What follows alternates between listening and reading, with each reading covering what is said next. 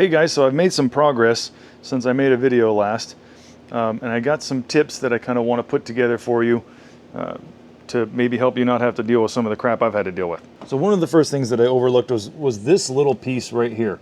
I didn't say this in any other videos, but I think they call this like a trim finisher or something like that. But it hides way back up inside of here like this, and it bolts in like right there to the body. Anyway, what this is, if you saw in that last video, or one of the last videos I made, when I'm pulling up on this thing in order to access this trim piece over here, this stuff is totally in the way, and it kind of hits and moves and stuff. So anyway, make sure you remove this guy before you try to yank on this. It'll be all right, but a good idea to just get it out of the way. Another one is the door strut mounts. That whole bracket that I was replacing in the last couple of videos, there should be a washer on this guy, and mine was missing one on one side, which is why I haven't put it back together yet. But make sure you've got that washer. What else? Oh, yes. Okay. So I did get these pieces back on this last weekend. It took me a while to figure out the right rivets to use. So I'll show you what I figured out. So you're not going to find these rivets anywhere. I wouldn't necessarily recommend that you buy these rivets. I don't think they're the best out there, but the size is what really matters. So it's 5/32 or 4mm by 5/8. That'll give you just enough to get down through this piece and the body and have a little bit on the extra to give you a little bit of a good squeeze. They have the right head diameter, and all that stuff is exactly what you want. So it's actually 4mm or 5/32 by 5/8 aluminum is what I decided to go with. So cleaning all the old silicone goo or like trim adhesive that you have from this piece of trim that goes here and covers all this stuff up is pretty rough.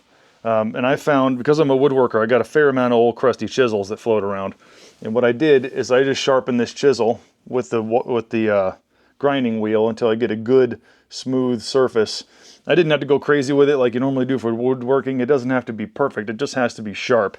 And then I came in from here, and you can just really get this stuff off. Because I mean, it's going to be underneath the trim anyway, so what does it really matter? If you're trying to grind on this, I mean, forget it. It's just, I've tried everything. Razor blades, I tried chemicals. I was afraid to get the chemicals on the rest of this, you know, and kind of mess it up. But this chisel ends up being sharp enough to do the job without making like a real disastrous mess. So that's what I would recommend. Be careful, but get a chisel, and it can help you get rid of all this extra shmoo, so you can put on more shmoo, and you can put your pieces back together. But before that, I'm gonna kind of leave this loose, because one of the things that the Delorean guys told me was that if you're having issues with getting the door aligned properly, you can actually align the rear panel to the door. And that can be part of that last little adjustment to get it just right.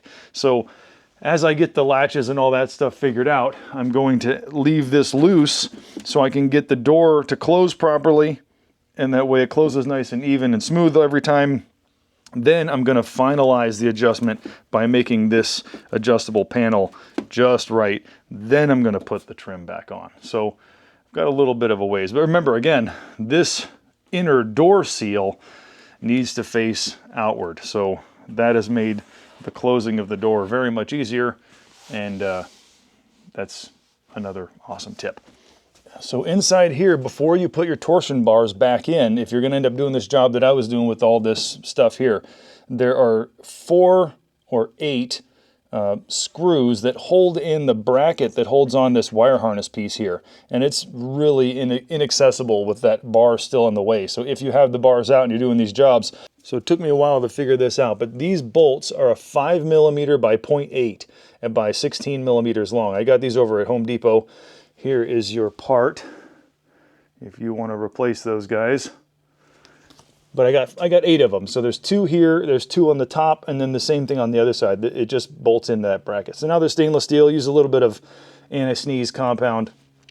Solid. So I'm sure you guys saw this whole thing apart, and the harnesses all kind of flopping around out here. So what I did is I pulled all the harnesses out, and I cleaned all inside of there, and I vacuumed out all the rust, dust, and then I got this. It's called 3M Cavity Wax Plus, part number 08852. If you get this stuff, and then this guy right here, part number 08851, Cavity Wax Plus Applicator Business. It has this really long wand with like a kind of spray tip on the end that sprays it in all kind of directions. So you hook that up to this guy, you stick it down in there and you go psh, and it just and it sprays that cavity wax everywhere inside of this box. So if your box is in pretty decent shape, all you really got to do is clean it up, protect it, good to go. After that, I just took some of that sealant that they sent with the rest of this stuff, this Worth Bond and Seal. Like I said, comes with this kit. And put a bead around the outside of this plate. Made sure there's 4 holes on the outside that are usually pretty full of silicone anyway. I just filled those guys up too, just in case water ever manages to find its way in there, and then used a big old heavy hammer to give it some weight overnight.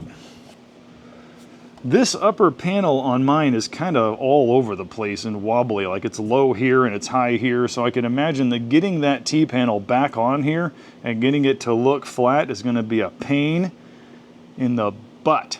So I don't exactly know what I'm going to do with that yet. I've seen guys put like spacing of foam and like all kinds of junk to try and get that to be flat, but guess I'll cross that bridge when I get there.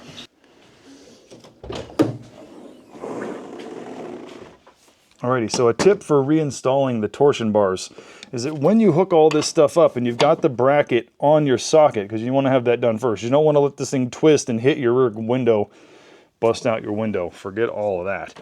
But once you get all this kind of set up and torsioned up like so, and then push your bracket in, there's a big hole inside of here, and it's going to allow this torsion bar to kind of move around side to side. So as you're pushing up, it's pushing sideways, and it's going to want to push the torsion bar all the way to the end. So you're going to have to pull back on this in order to get it to be centered and then get your bolts started. So I had my bolts sitting like right here, had a little bit of anti-seize on the first couple of threads, and that way I could lift up, pull down, get it all balanced out, and then get the thread started. And then I had the ratchet here and I just tightened it all down. So remember, you're gonna fight this thing. So make sure that you're in a comfortable position, that you have enough clicks on the ratchet so you can kind of use your legs and stuff to kind of get that torsion just right, and be prepared for it to fight you a bit. Alrighty, up inside of here, after I had those bolts installed and let it all cure up, I actually took this one with a hand hacksaw and I cut it off. That was miserable. I wouldn't recommend that. The other 3, I came in with just a powered hacksaw and cut them off. Not the prettiest thing in the world. Of course, I could come in here and kind of grind it, but whatever. It's going to be underneath the headliner, so, I mean, who cares? Make sure you get your gaffer tape, as they recommend, your duct tape or your Gorilla tape. That's really what holds these on from the factory. They just have a piece of tape here and a piece of tape here and a piece of tape here, and that's just kind of what holds it on for 40 years. So, I don't know, whatever. I'm going to go get some high quality gaffer tape and I'm going to put it back together. A little side note, one thing that I thought was really cool about mine when I got these headliners off to replace them is that it says V6349 or VIN 6349. Check this out.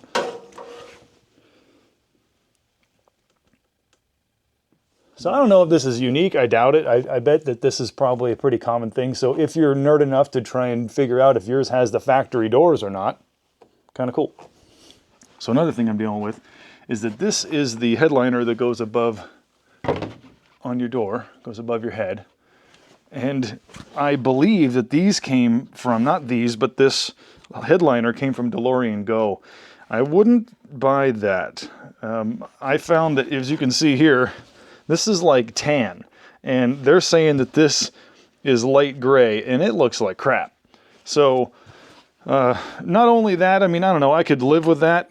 I wouldn't long term, but I could, but I think that's lame. So, Delorean just released another run of their naked, I guess you could call them, headliner skeleton pieces or whatever, but they don't have any actual liner material fabric on them. You have to do that part yourself. So they're not drilled, and they're not, I mean, you can wait for those, but they like never show up. So I figured at this point they came up, I got them. They're relatively cheap, I mean, considering.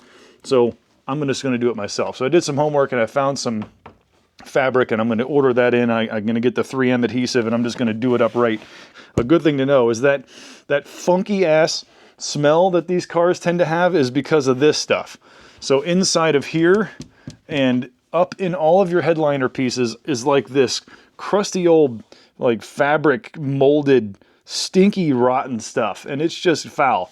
So not only does the color look stupid in mine and it just needs to go, I'm going to be able to have fiberglass versions that will then never smell again. That's going to be pretty cool to be able to have that. Oh, and to add that, you can add this to the mix, which is Delorean's own leather and vinyl cleaner protector. This stuff,